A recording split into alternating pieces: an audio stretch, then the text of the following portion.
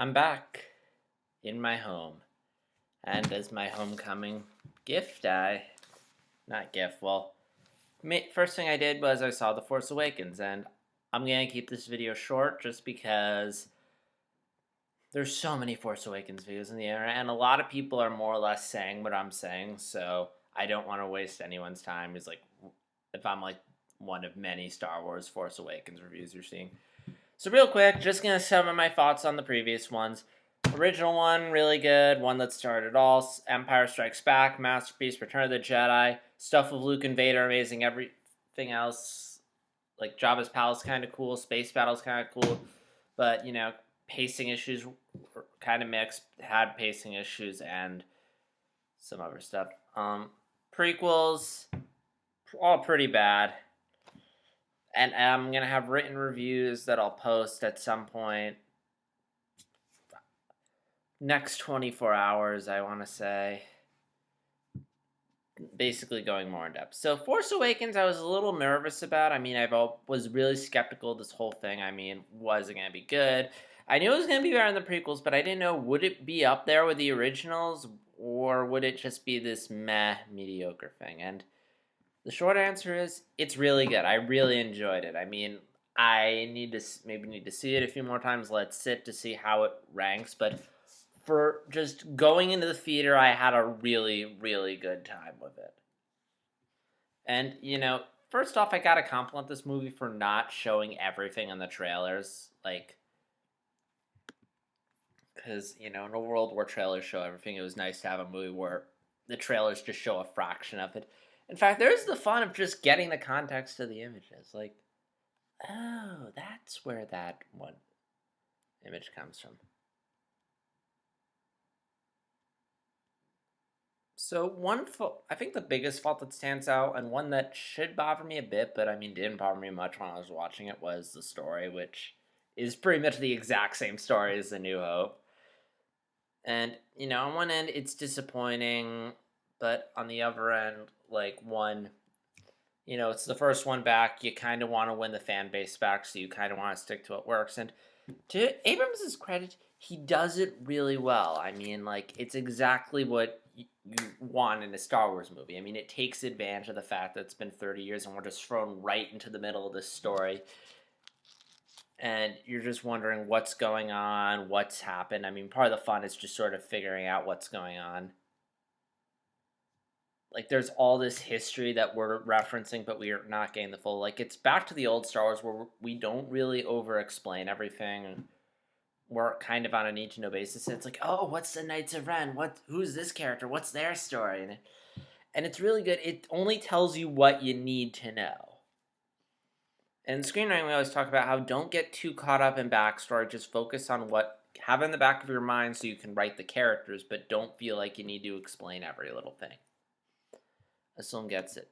And it works because then you're sort of engaged and want to know what's going on, what's going to happen. Although, this is the sort of story where, I mean, I pretty much predicted most of the twists and turns, but for once it didn't bother me, and the reason why is because I was so engaged with the characters and the story was so told and presented that I could care less. I mean, first off, our protagonist, Rey, strong female protagonist. I mean, woman, take care of herself, just major stretch woman, and she's really good in that.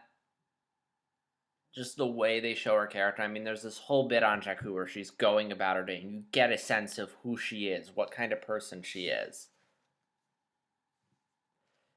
And the story's about her growing as a character, her learning more about herself and her capabilities, and throughout all the action, it comes through really nicely. Finn's a really good character. You can relate to his experience and inexperience and fear. And it really comes through in all his actions, although maybe he's a little too cowardly, but again, I'm sure they're setting up some sort of arc where, as the film trilogy progresses, he's going to grow more and more stronger. Poe's a functional pilot. He's not super well developed, but I mean, he works. Simon Pegg is an awesome cameo. BB-8 is adorable. Like, oh my gosh, that droid. I love that droid. And similar to the original trilogy, our group of characters, they gradually merge. They gradually come together. It's not like Rebels, where it's like, hey, here's the group. We're not going to explain who anyone is or why they joined. Just, you're going to like them. Here, not only do they gradually come together, but bonds form over time. These characters don't like each other first, and it's more begrudging agreement. And yeah, it's over time. More they're stuck together out of necessity, but it's over time that their bonds form. And there's a lot of great back and forth banter. It's a lot of fun. Kylo Ren, wonderful villain, works really well. And oh, by the way, this is going to be spoiler filled, so if you don't want spoilers, read. Love him. I mean, very similar to Vader, he has a clear presence that is wonderfully established through new force powers, which I've been wanting to see forever, and I was so happy. From, like, stopping a bullet in midair to the mind trick. You really get the sense this guy's intimidating and that there's all these horrible things he could do. He's similar to Vader in that he's a fallen Jedi. He's a pupil turned evil. It's pretty much the same story. But I like this character more because, for one thing, again, there's a clear arc planned out. Like, it's very clear this trilogy is going to be about him redeeming himself. And, again, so smartly, they set up the fact that there is good within him. He's not, like, there is this doubt within him. So, again, when he redeems himself, it won't feel like that big of a stretch. We see how he can be, there is good within him. He can be redeemed. And I also like how they didn't feel like they need to delve into his origin. Like, we get the basics of it, but we don't, again, we just get, or kept on needing to know. What do we need to know for the story?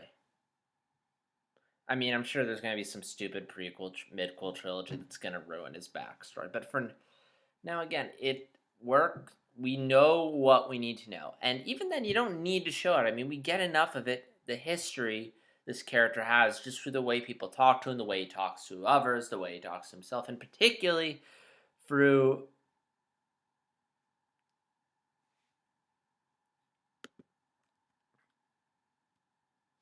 his interactions with, spoilers, Han Solo. I mean, it's pretty obvious that he's Han's son. I mean, Red Letter Media kind of predicted it. Even if you can't, I'm glad they got the reveal out of the way midway, because first off, it works because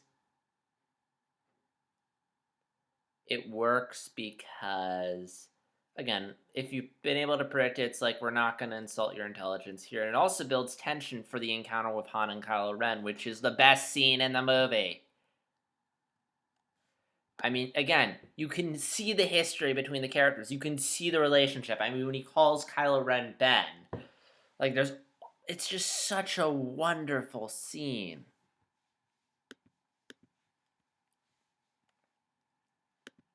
And again, like, we don't need the history. Again, we're thrown right into the middle. There's all this stuff that's happened between Han and Ren in all these years, but we don't need to see it. We're just thrown right into the middle of it, which is classic Star Wars.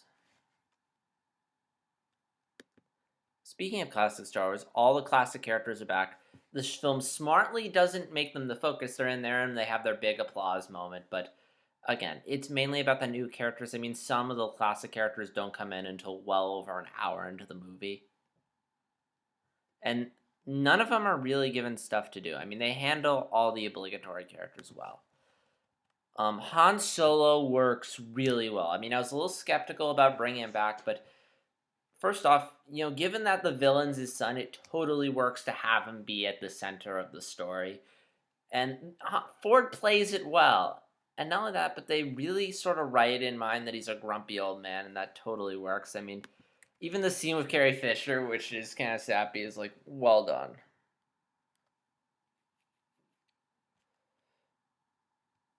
I mean, the only character I wasn't happy with was Luke. I mean, I feel like the creators felt obligated, like they had to put him in there, and I would have liked it if they didn't feel like they needed to put him in. I mean, it's one of those things that could change. My opinion could change on depending on where they go with this in the next film, but there was no reason why she had to find Luke right away. I mean, you could have had her going off to find Luke, but not necessarily find him. I feel like the search for Luke and her Rey seeking training from him could have been a move onto itself, and it just felt like we have to show Luke, and it's just laughable how he just shows up, and it's like you could have shot that in a day. I mean, again, like just because there's a map doesn't mean it's like super obvious. Yeah, it just felt a little contrived. And Captain Phasma, you basically got a very talented British actress just to put a bucket on her head and barely gave her any lines. Trying to think who else. Domhnall Gleeson, really good as the classic intimidating admiral. The mysterious emperor looks really cool. There's a bit of Sith implications there, although I would have liked if they had held off him a bit until they'd fought his character out a bit more, besides the fact they exist. I mean, a brief mention would be okay.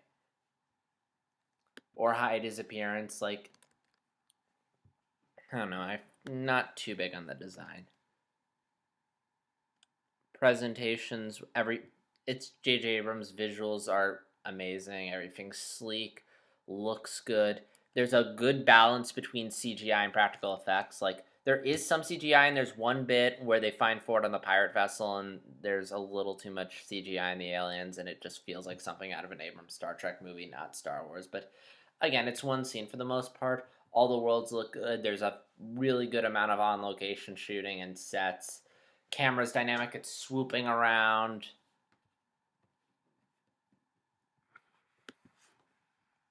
Particularly Jakku and the pirate world both use really good costumes and makeup. Although sometimes the shots aren't always constructed well enough for us to see them, particularly Jakku, like, again, we're so caught up in what's happening. Like, there's all these amazing creatures in the background. I feel like they never fully get their due. Like, I never get a good look at anyone. I feel like there's so much that went into this stuff. I want to look at it. Planets are very nice, very well varied. Action's really good and exciting. And for the first time, this is like the first really good Star Wars film. If you're a Star Wars fan, you're gonna love this. I feel like most people enjoy this, and I think it's a little too early to say just how it holds up to the original. It's definitely really good, and I definitely enjoyed it as a whole. Very few problems I think Abrams films are just fun. You're just so along for the ride, having fun that you don't really think about the problems of the story if they exist. And I'm sure if I go back and rewatch it, which I totally am because I love the movie, I'll probably find stuff. But for now, it's a really solid film and a great start to a franchise. It's a complete story that leaves open for more, and after this, you want to see more. So yeah, I'm definitely gonna watch it again at some point. Might go see it in theaters, probably. If not, I'm definitely checking this film out again. I mean, it reawakened the Star Wars fanboy within me. And yeah, written reviews will be up at some point, but until then, that's it. So real quick, trailers. There's that Gods of Egypt movie, which looks terrible. X-Men Apocalypse looks fine. Warcraft looks meh. And I got the trailer. I forget it. It's for some rescue movie. It's kind of hard to tell by the trailer. And then there's the live-action Jungle Book, which still looks stupid. I mean, it was a slightly different trailer. I mean, they changed up some of the footage in some cases, but it's still the same pointless movie. So yeah, Force Awakens, really good. Go see it. And that's all I have to say on it. Just leave your thoughts in the comment below and like, dislike, comment, subscribe. And this is JStar360, and may the Force be with you. Until then, take care.